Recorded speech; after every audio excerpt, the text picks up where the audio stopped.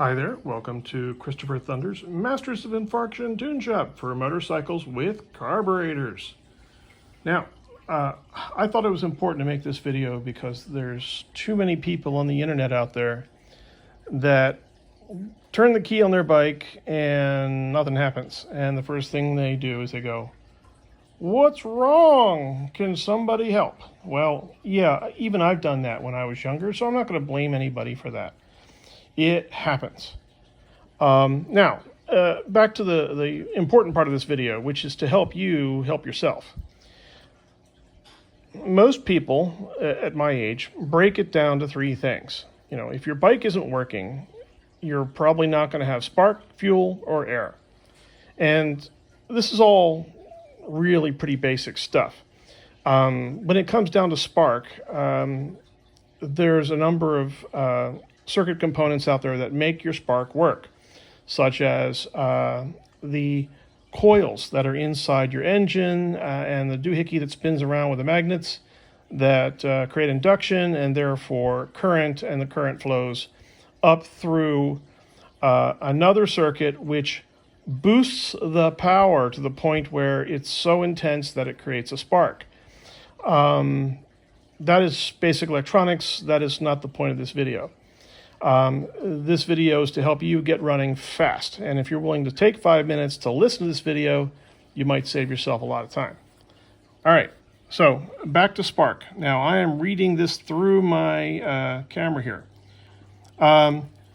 When you pull the spark plug out and you reattach it to the wire and you lay the spark plug up against the side of the motor, the first thing you're going to be checking for when you kick the bike over or hit that starter button is brightness. Do you get a flash? You know, do you get a flash and do you get a tick, tick, tick sound? You know, is it tick, tick, tick, or is it tick, break, wait, wait, wait, tick, tick, tick, wait, wait, wait, tick, tick, tick? You know, you want to know if you're getting a solid rhythmic sound. You might want to check spark plug gap. 2 millimeters probably isn't going to cut it. Usually you're 3 or 4 millimeters to really get a decent gap. It's a little hard to really judge. It's about the, it's not the thickness of a pencil point, one of those pencil leads that you see. It's a little thicker than that. Really, really hard to give you a good judgment, but, you know, 0.035 is about right. So that's, of course, English, and that's my old gap tool that I have. 0.032 to 0.035. Timing. Okay, so remember, it's tick, tick, tick, tick, tick, tick, tick, and that is with your engine cycling. So when you're hitting the button, you should immediately get that rhythmic timing, tick, tick, tick, tick. That timing has to be with your engine. So when the engine's in the right cycle, you get a tick, tick, tick, that is the spark, and then you get a blam. Okay, there it is, blam. And all that creates something like build up on the spark plug, and that results in a spark plug color. Your spark plug color should be brown, not black and sooty or white and silvery. You need it to be nice and brown. If there's any other color, then you've got a tuning issue. Maybe you've got a new exhaust pipe or tailpipe. Maybe you've got a new fuel filter on there, and you've really screwed up your carburetor mix.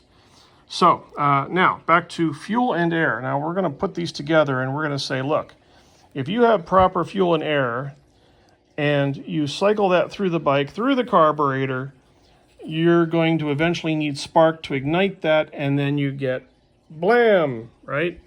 Blam. Now, with the fuel, okay, I'm gonna whoop. All right, sorry about that. Okay, I got to put this up on my belly here. Okay, so fuel.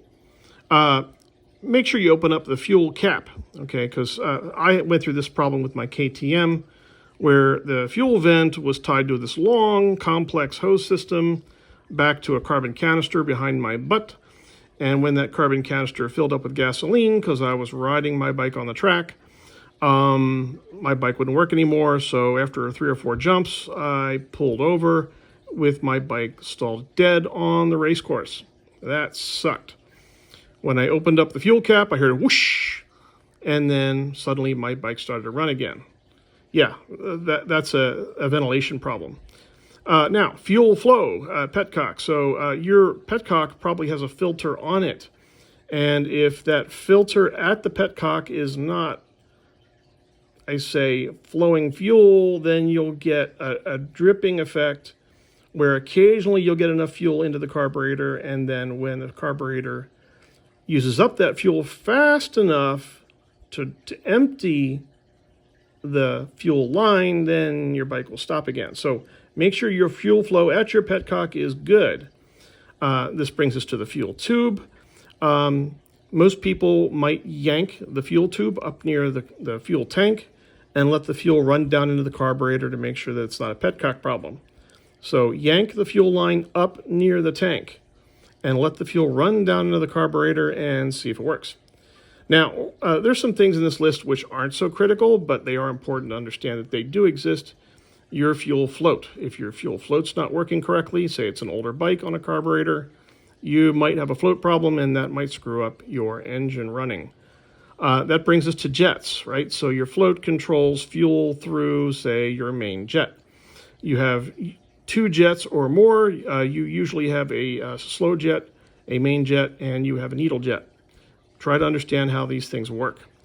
If they're clogged, your engine won't run, and you need to put some seafoam into your gas tank, or you need to run some carburetor cleaner through those jets.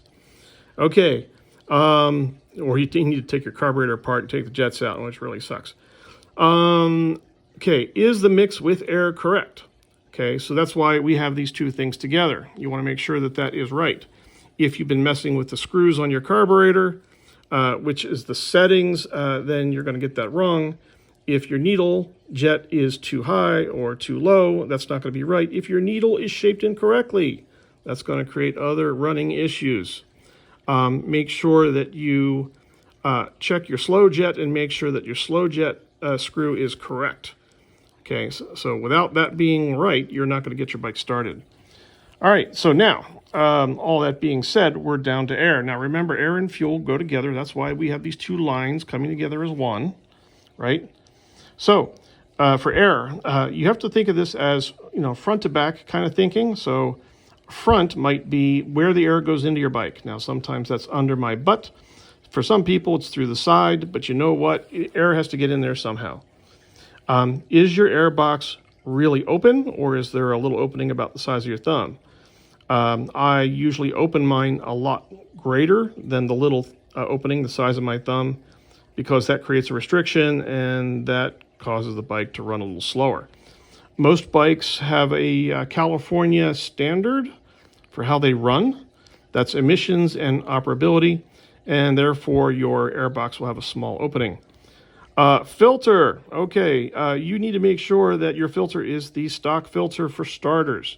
If you don't have a stock filter or a clean one, get a new stock filter. Then start thinking about a foam filter and a performance filter. Make sure you have 3 if you're doing any special kind of tuning. 3 kinds. That is cloth, foam, and stock paper filter. Make sure it is the right paper, not some aftermarket type. Okay, make sure that it is clean, not dirty, or if it is dirty, you might want to clean that out and try and start your bike with a clean one. Shake it out if it's got dirt in it. Try knocking it out. Try blowing it out with a compressor if you have one. Make sure you're aware of the type of the filter you have, because if you've got the wrong type in there, you're going to have starting problems down the road. Some people have custom filter types, and they don't know why their bike starts hard. Well, that's probably part of your problem. Now, carb butterfly. Okay, so remember I said there's things in this list which may not be important to you, but they are important to the operation of your bike. Your butterfly has to open. If your butterfly doesn't open, you're not going to get any air into the carburetor, and therefore you won't get any blam, right? So make sure that that is opening, and that's all part of where your cabling is attached to your carburetor. And with that butterfly, you're probably going to get the plunger opening and closing, and that plunger usually has the needle valve running through it. So the plunger and the needle valve kind of work together. You want to make sure that your needle valve is at the right height and it is the proper shape. Now, I said that before, but hey, these are all things that kind of have to work together. The shape of your needle valve has to work with your carb main jet. If the shape of your needle valve and your main jet aren't working together correctly, then you're going to have problems. These are sold as a pair. That is the reason why they are the way that they are. Now, your carburetor almost always has a recirculation system and a bunch of hoses attached to it. Make sure those hoses are secure and not leaking. If they are leaking, you're going to have all kinds of problems. So you got to wiggle those hoses around to make sure that your bike will start. Idle jet. Wow, we're almost at 10 minutes. Wow. Idle jet passage. Okay. You want to make sure that that idle jet needle, okay, so I have a little needle in the front of my carburetor. It's in the front. Some of them are in the back, but mine's in the front. And that is a needle which adjusts the flow of fuel as it is sucked into the carburetor. So there's a little passage in there, and it draws fuel into the carburetor to give you better start time fuel flow. Make sure that that needle, idle jet passage, is screwed in or screwed out correctly. Sometimes it's like 2 turns from lock or something like that. But you want to make sure that that idle jet passage is correct. So turn it all the way in, read your manual. Turn it out maybe 2 turns, start from there, and start all over again. Because that needle does change. As the engine vibrates, that needle can back itself out, and then your engine won't start. Yep, had that problem. Even one day it fell right out because I had been turning it too much, and it's just brass and it gets loose.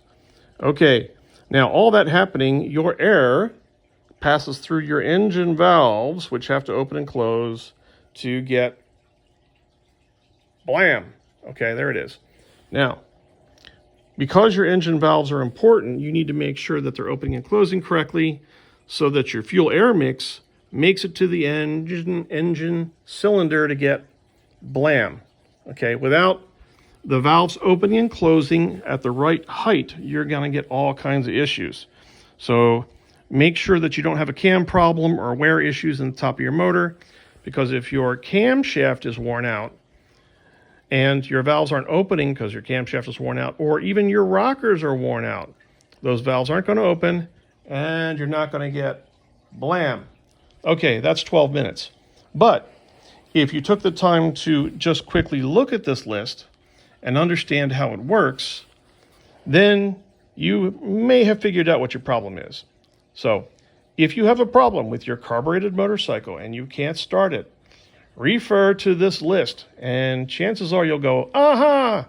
And then you'll have a magic moment and you'll get your bike started and maybe even running consistently. Not just starting for now, but starting from now and forward. And that's really what you want. You don't want it to start now. You want it to start every time and run consistently through the throttle range. Thanks for watching me, Christopher Thunder, from the Masters of Infarction Tune Shop for motorcycles with carburetors. Have a great day. Bye-bye.